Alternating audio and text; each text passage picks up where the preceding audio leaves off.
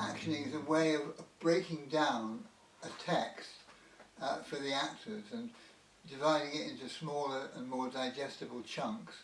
It gives a structure in the early days of rehearsal that can then be returned to once you start moving the play in the, let's say, the third week of rehearsal. You can then refer to it and see what the emotional journey through the play is. Actioning is basically a map of your intentions. I never studied directing, so I didn't go to drama school. I read English at Dublin University, which was involved reading a number of plays, but so I never went to, say, drama centre, so it's something I picked up pragmatically. As a young man in my early 30s, I worked with Bill Gaskell, who had been a predecessor of mine at the Royal Court, and he talked in terms of Stanislavski and intentions, and I developed it from there. So it's a method Stanislavskoise. Actioning is something I have used in rehearsal for over 30 years. It is, it does prioritise intellectual analysis over instinct. An action is a transitive verb that describes a change of thought. So, for example, I am now playing Max interests Isabel. The fact that I may not succeed in that objective is not my problem. That's yours, to yawn and look bored.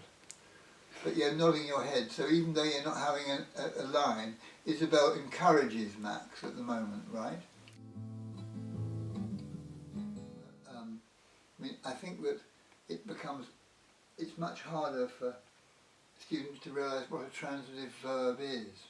A transitive verb is an action verb, so I love you says more about me than it does about you. So that's my state.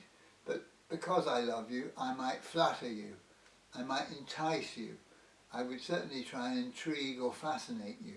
So it's the different tactics you take. My objective is to make you fall in love with me, but it's the tactics I take in order to achieve that. One of the dangers of actioning is that it can become quite over-inventive. That is to say, I've worked with actors who take great pleasure in inventing new words. So you can choose colourful words like lambastes or castigates, but you've actually got to play it.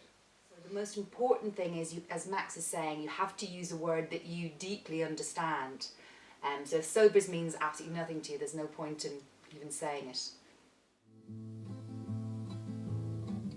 In a 5-week rehearsal period, I would probably spend 1.5 to 2 weeks going through the text and changing, not necessarily each line, but each change of thought, finding an action for.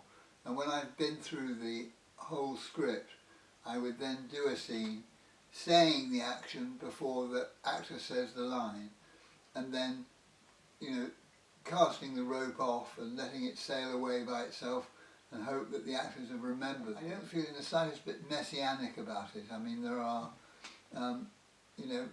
many ways to skin a rabbit and many ways to approach a play. This is just one of them. I mean, the director's first responsibility is to help the actors. And if you work with an actor who doesn't relate to this way of working, then one of us has to change.